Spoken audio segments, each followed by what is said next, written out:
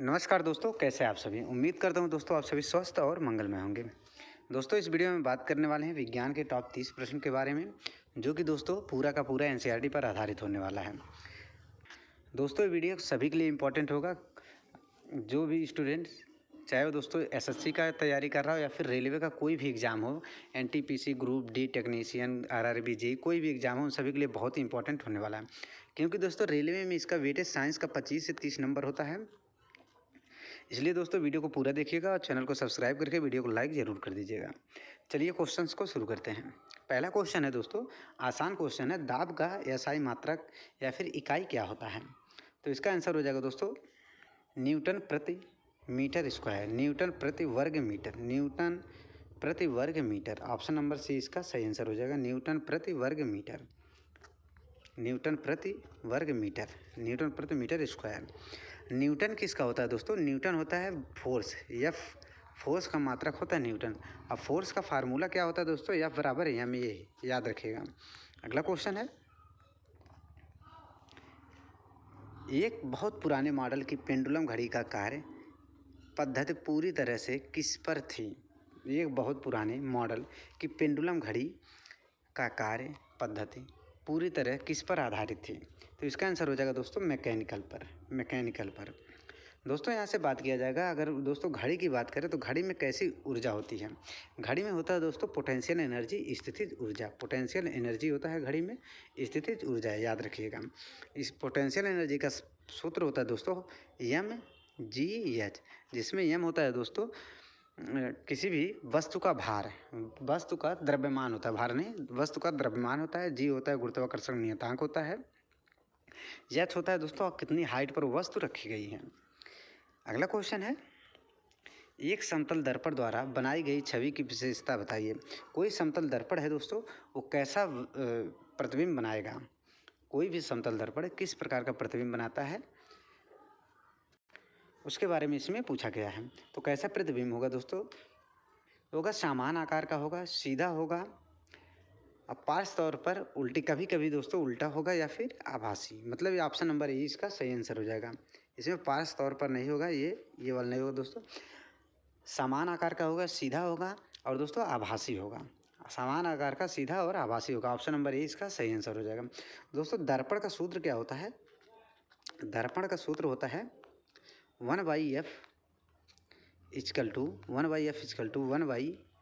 1/v plus 1/u। याद रखिएगा दर्पण का सूत्र होता है 1/f = 1/v plus 1/u। F होता है दोस्तों फोकस दूरी या फिर फोकल लेंथ, और वी होता है दोस्तों वस्तु की दूरी, यू होता है दोस्तों प्रतिबिंब की दूरी। ये दोस्तों तीनों याद रखिएगा। और अगर दोस्तों पूछे कि इसमें आवर्धन क्षमता का मान एम बराबर क्या होता है? आवर्धन क्षमता का मान v/u होता है। अब दोस्तों यहाँ पर -v/u होगा या फिर +v/u होगा, ये आप लोग कमेंट करके बताइएगा, बहुत आसान है। अगला क्वेश्चन है, आसमान में तारे रात को क्यों टिमटिमाते हैं? तारे आसमान में क्यों टिमटिमाते हैं दोस्तोकिस कारण होता है? तो ये हो जाएगा दोस्तों प्रकाश के वायुमंडलीय अपवर्तन के कारण, प्रकाश के वायुमंडलीय अपवर्तन के कारण। याद रखिएगा प्रकाश के वायुमंडलीय अपवर्तन के कारण। अगला क्वेश्चन है, 10 वोल्ट के विभवांतर वाले दो बिंदुओं के बीच 4 कूलाम का चार्ज को स्थानांतरित करने पर कितना कार्य किया जाता है? बहुत आसान क्वेश्चन है दोस्तों और बहुत ही इंपॉर्टेंट क्वेश्चन है। 10 वोल्ट का कोई विभवांतर है, वो दो बिंदुओं के बीच में लगा है, जिसके बीच दोस्तों 4 कूलाम का चार्ज स्थानांतरित करना है। उसमें टोटल कार्य कितना करना पड़ेगा? तो कार्य का सूत्र क्या होता है दोस्तों? कार्य को W से डिनोट किया जाता है। कार्य का सूत्र होता है विभवांतर गुणे आवेश, विभवांतर गुणे आवेश, विभवांतर गुणे आवेश। इसको सिंपली मल्टीप्लाई कर लेंगे तो W बराबर हो जाएगा, V का मान दिया है 10, Q का मान दिया है दोस्तों 4, तो ये हो जाएगा दोस्तों 40 जूल। कार्य का मात्रक क्या होता है? जूल। ऑप्शन नंबर बी इसका सही आंसर हो जाएगा, 40 जूल। ऑप्शन नंबर बी इसका सही आंसर हो जाएगा, 40 जूल। बहुत इंपॉर्टेंट फार्मूला है दोस्तों, बहुत ही इंपॉर्टेंट फार्मूला है। अगला क्वेश्चन है, अत्यधिक प्रतिरोध वाले चालक को क्या कहा जाता है? जिसमें दोस्तों प्रतिरोध आर का मान बहुत ज़्यादा अगर हो, प्रतिरोध का मान बहुत ज़्यादा हो, उस चालक को क्या कहा जाता है? विद्युत प्रतिरोधी या फिर चालक या फिर प्रतिरोधक या फिर अर्धचालक। तो इसका आंसर हो जाएगा दोस्तों प्रतिरोधक। ऑप्शन नंबर सी इसका सही आंसर हो जाएगा, प्रतिरोधक। दोस्तों सर्वोत्तम चालक वाला पदार्थ तत्व कौन सा है? सर्वोत्तम चालक वाला धातु की बात करें, धातु तो हो जाएगा दोस्तों सिल्वर। सिल्वर याद रखिएगा, सिल्वर। सिल्वर को Ag से डिनोट किया जाता है, ये भी याद रखिएगा, सिल्वर को Ag से डिनोट किया जाता है। अगला क्वेश्चन है, विद्युत बल्ब के प्रकाश देने वाले पतले तार को क्या कहा जाता है? तो आसान क्वेश्चन है दोस्तों, इसको फिलामेंट कहा जाता है। ऑप्शन नंबर डी इसका सही आंसर हो जाएगा, फिलामेंट। और दोस्तों विद्युत बल्ब का फिलामेंट किसका बना होता है? टंगस्टन का, टंगस्टन का, टंगस्टन का बना होता है। टंगस्टन को दोस्तों W से डिनोट किया जाता है, ये बहुत इंपॉर्टेंट है। ये टंगस्टन का प्रतीक पूछा जाता है, हमेशा रेलवे में पूछता है दोस्तों टंगस्टन का प्रतीक क्या होता है, क्योंकि दोस्तों टंगस्टन को विद्युत बल्ब के फिलामेंट के रूप में यूज किया जाता है, इसलिए टंगस्टन का प्रतीक बहुत बार पूछता है। तो इसका प्रतीक हो जाएगा W। इसका मेल्टिंग पॉइंट कितना होता है? 3380 डिग्री सेंटीग्रेड, 3380 डिग्री सेंटीग्रेड होता है, ये भी याद रखें, बहुत हाई मेल्टिंग पॉइंट होता है। टंगस्टन का बहुत हाई मेल्टिंग पॉइंट होता है जो कि 3380 डिग्री सेंटीग्रेड होता है। टंगस्टन का दोस्तों प्रतीक W होता है, जो कि बल्ब के फिलामेंट के रूप में यूज किया जाता है। और दोस्तों फ्यूज का जो गलनांक होता है, फ्यूज का गलनांक निम्न होता है, निम्न गलनांक वाले धातु का बनाया जाता है फ्यूज, निम्न गलनांक, याद रखिएगा। अगला क्वेश्चन है, सिलाई मशीन के निरूपित किस्म के आविष्कार के प्रथम अमेरिकी पेटेंट किसने प्रदान किया था? किसने प्रदान किया था दोस्तों? मतलब सिलाई मशीन का आविष्कारक के रूप में पूछा गया है, तो ये हो जाएंगे दोस्तों एलायस होवे। ऑप्शन नंबर ए इसका सही आंसर हो जाएगा दोस्तों, एलायस होवे। ऑप्शन नंबर ए इसका सही आंसर हो जाएगा। अगला क्वेश्चन है, निम्न में से किस प्राणी ऊतक में चपटी कोशिकाएं होती हैं? चपटी कोशिकाएं मतलब दोस्तों कुछ इस तरह से होती हैं, चपटी कोशिकाएं कुछ इस तरह से होती हैं, याद रखिएगा। ये घनाकार कोशिका होती है, घनाकार कोशिका। घनाकार कोशिका कहाँ पाया जाता है? तो घनाकार कोशिका की बात करें दोस्तों, ये जो घनाकार उपकला है ये कहाँ पाया जाता है? गुर्दे में, गुर्दे में पाया जाता है घनाकार कोशिका। दोस्तों चपटी कोशिका कहाँ पे पाया जाता है? शल्की उपकला ऊतक में। ऑप्शन नंबर सी इसका सही आंसर हो जाएगा, शल्की उपकला ऊतक में पाया जाता है, शल्की उपकला ऊतक में पाया जाता है। इसको दोस्तों त्वचा भी बोल सकते हैं, त्वचा भी बोल सकते हैं। अगला क्वेश्चन है, विकास के सिद्धांत से संबंधित है। विकास के सिद्धांत, विकासवाद का सिद्धांत किसने दिया था? तो हो जाएंगे दोस्तों Charles Darwin. Option number B इसका सही आंसर हो जाएगा, आसान क्वेश्चन है, चार्ल्स डार्विन। दोस्तों बात करें रॉबर्ट हुक की, रॉबर्ट हुक ने दोस्तों 1665 ईस्वी में मृत कोशिका की खोज किया था। किसका? मृत कोशिका की खोज किया था, मृत कोशिका की 1665 ईस्वी में किया था। और किस चीज़ का प्रयोग किया था इन्होंने दोस्तों? कार्क का टुकड़ा लिया था, कार्क का टुकड़ा, कार्क का टुकड़ा लिया था इन्होंने, ये भी याद रखिएगा, कार्क का टुकड़ा लिया था। और दोस्तों अगर बात करें रॉबर्ट ब्राउन ने, तो रॉबर्ट ब्राउन ने दोस्तों केंद्रक की खोज किया था, केंद्रक की खोज किया था रॉबर्ट ब्राउन ने, ये भी याद रखिएगा। ग्रेगर मेंडल ने दोस्तों किस पौधे का प्रयोग किया था? तो हो जाएगा दोस्तों मटर के पौधे पर, मटर के पौधे पर। और किसके लिए किया था दोस्तों? आनुवंशिकता के सिद्धांत के लिए। मतलब दोस्तों इनमें वेरिएशन किस तरह से आता है, किसी भी पादप में वेरिएशन किस तरह से आता है, उसके लिए इन्होंने देखा था। किन्होंने दोस्तों? हो जाएंगे ग्रेगर मेंडल ने। और मटर का पौधा का इन्होंने प्रयोग किया था। ये सभी फैक्ट दोस्तों याद रखिएगा, बहुत इंपॉर्टेंट है, हमेशा पूछा जाता है दोस्तों, कोई भी एग्जाम हो इसमें पूछा ही जाता है। दोस्तों आगे बढ़ने से पहले अगर वीडियो अच्छा लग रहा है तो चैनल को सब्सक्राइब करके वीडियो को लाइक ज़रूर करिएगा। अगला क्वेश्चन है, मानव हृदय में फुफ्फुसी शिरा, मानव हृदय में फुफ्फुसी शिरा से जुड़ी होती है।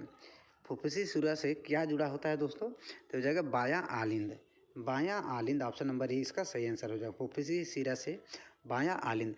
दोस्तों शिरा का काम क्या होता है? शिरा का काम होता है दोस्तों रक्त को हृदय की तरफ ले जाता है, फेफड़े से हृदय की तरफ ले जाता है शिरा। और धमनी का काम होता है, धमनी का काम होता है हृदय से और बाकी पार्ट में ले जाता है धमनी। अगला क्वेश्चन है, मस्तिष्क का कौन सा हिस्सा सांस लेने को नियंत्रित करता है? मस्तिष्क का कौन सा हिस्सा सांस लेने को नियंत्रित करता है? मतलब दोस्तों अनैच्छिक क्रिया, अनैच्छिक क्रिया के संबंधित है। अनैच्छिक क्रिया जैसे सांस लेना, आँख का पलकना, हृदय का धड़कना, ये सभी पसीना निकालना, ये सब दोस्तों जितना अनैच्छिक क्रिया होता है ये मस्तिष्क का कौन सा भाग इसको नियंत्रित करता है? तो ये हो जाएगा दोस्तों मज्जा। ऑप्शन नंबर सी इसका सही आंसर हो जाएगा दोस्तों मज्जा। मज्जा को दोस्तों मेडुला भी कहा जाता है, मेडुला भी कहा जाता है, याद रखिएगा, मेडुला या फिर मज्जा। अगला क्वेश्चन है, निम्न में से किसका अपवर्तनांक सबसे कम होता है? निम्न में से किसका अपवर्तनांक सबसे कम होता है?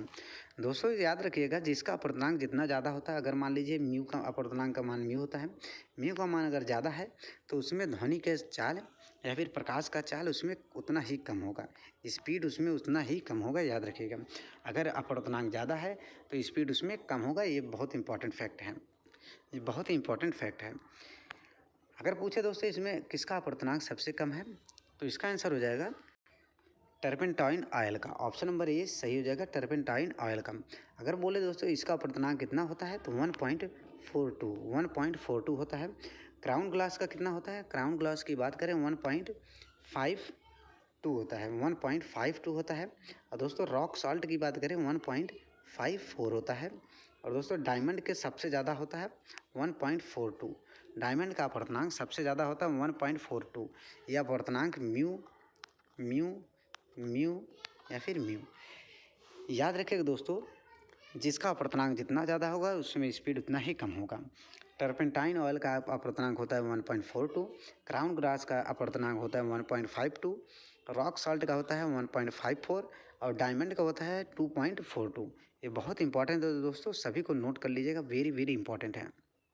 अगला क्वेश्चन है, निषेचित अंडा युग्मज की परत में समाविष्ट हो जाता है। निषेचित अंडा युग्मज की परत में समाविष्ट होता है, मतलब किसके युग्मज में हो जाता है? ये दोस्तों आसान क्वेश्चन है, गर्भाशय में दोस्तों ये समाविष्ट हो जाता है। अगला क्वेश्चन है, निम्नलिखित में से कौन सा विकल्प सुमेलित नहीं है? सुमेलित नहीं है तो दोस्तों मलेरिया रोग होता है प्रोटोजोआ से, ये तो बिल्कुल सही है। टिटेनस रोग होता है जीवाणु से, ये भी बिल्कुल सही है। टाइफाइड होता है जीवाणु से, ये भी सही है। दोस्तों सुमेलित नहीं है खसरा जो होता है जीवाणु, ये इस बिल्कुल सही नहीं है। इसका राइट आंसर हो जाएगा दोस्तों ऑप्शन नंबर बी। अगला क्वेश्चन है, निम्नलिखित में से किस पौधे को ब्रायोफाइटा के वर्ग में शामिल किया गया है? निम्नलिखित में से किस पौधे को ब्रायोफाइटा के वर्ग में शामिल किया गया है? तो इसका आंसर हो जाएगा दोस्तों रिक्सिया। ऑप्शन नंबर सी सही आंसर हो जाएगा रिक्सिया। ऑप्शन नंबर सी इसका सही आंसर हो जाएगा रिक्सिया। अगला क्वेश्चन है, गार्ड कोशिकाएं किस प्रक्रिया में शामिल हैं? गार्ड कोशिकाएं किस प्रक्रिया में शामिल हैं? गार्ड कोशिकाएं किस प्रक्रिया में शामिल हैं? तो इसका आंसर हो जाएगा वाष्पोत्सर्जन। तो दोस्तों गार्ड कोशिकाओं को जो कि पौधों का जो पत्ती होता है दोस्तों, पौधों का जो पत्ती होता है, पौधे के पत्ती में से छोटे छोटे छिद्र होते हैं जिसे रंध्र बोला जाता है, रंध्र बोला जाता है, रंध्र बोला जाता है, इसी को बोला जाता है गार्ड कोशिकाएं, जो दोस्तों खासकर दोस्तों मरुस्थलीय पौधों में ज़्यादा पाया जाता है, क्योंकि ये क्या करते हैं दोस्तों, पौधों में सिकुड़न ला देते हैं पत्तों में, जिससे वाष्पोत्सर्जन बहुत कम हो जाता है, ताकि पौधे डिहाइड्रेट ना हो, मतलब सूखे ना जल्दी, इसलिए दोस्तों इसको गार्ड कोशिकाएं बोला जाता है। दोस्तों भोजन का परिवहन कौन करता है? तो भोजन का परिवहन करता है दोस्तों फ्लोएम।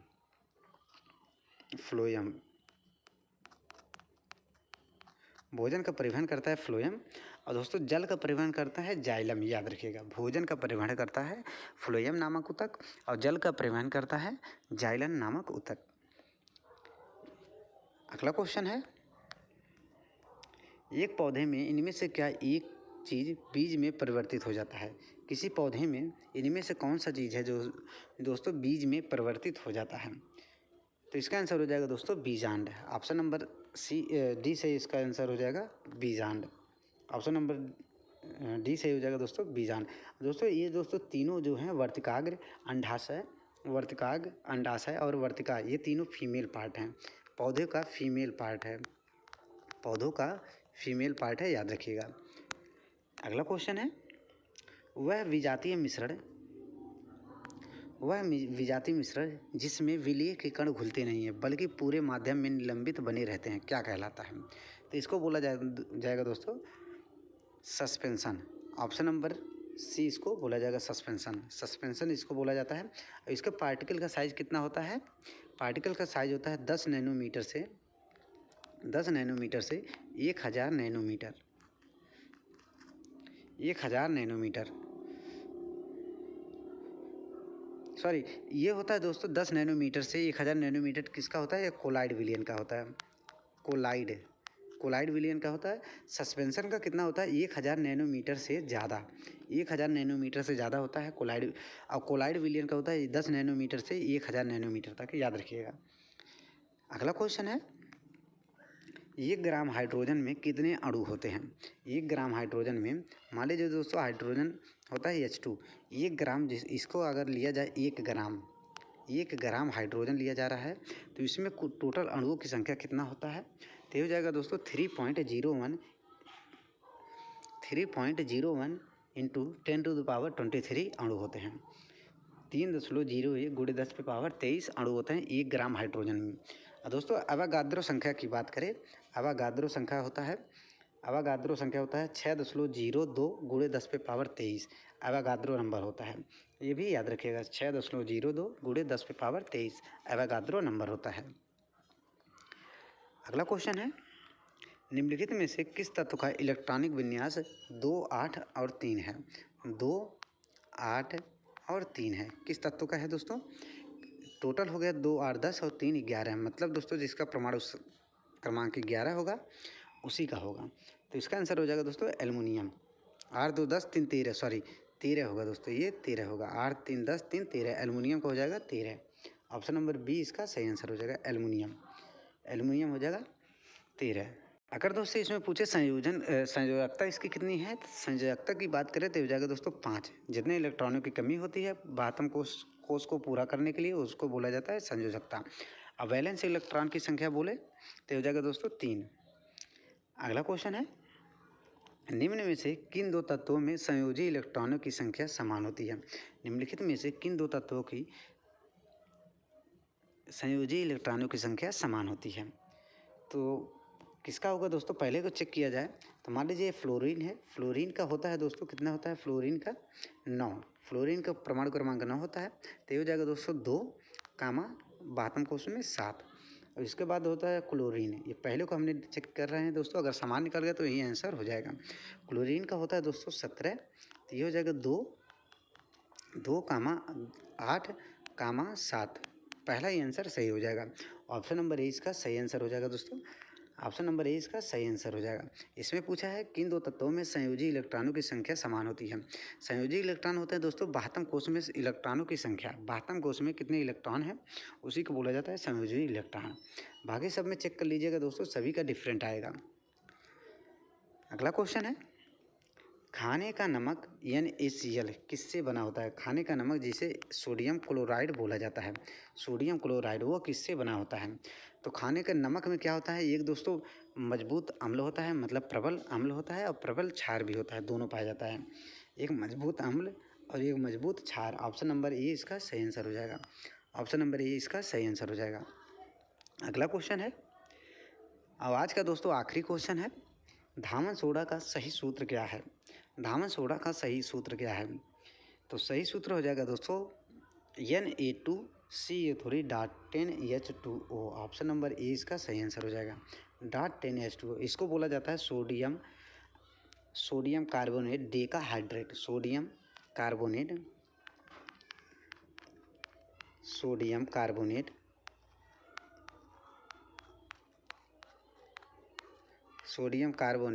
डेकाहाइड्रेट,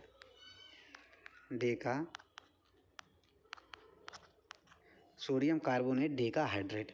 और दोस्तों सोडियम बाइकार्बोनेट किसको बोला जाता है? सोडियम बाइकार्बोनेट को हो जाएगा Na2.H2O, CO3, sodium bicarbonate, Na2.HCO3, sodium bicarbonate. और दोस्तों ऑप्शन नंबर डी की बात करें, इसको क्या बोला जाता है? Sodium carbonate. सोडियम कार्बोनेट को क्या बोला जाता है? कौन सा सोडा? ये जाएगा बेकिंग सोडा। दोस्तों अगर वीडियो अच्छा लग रहा है तो वीडियो को लाइक करके चैनल को सब्सक्राइब करना मत भूलिएगा। मिलते हैं एक और नए वीडियो के साथ, तब तक के लिए धन्यवाद।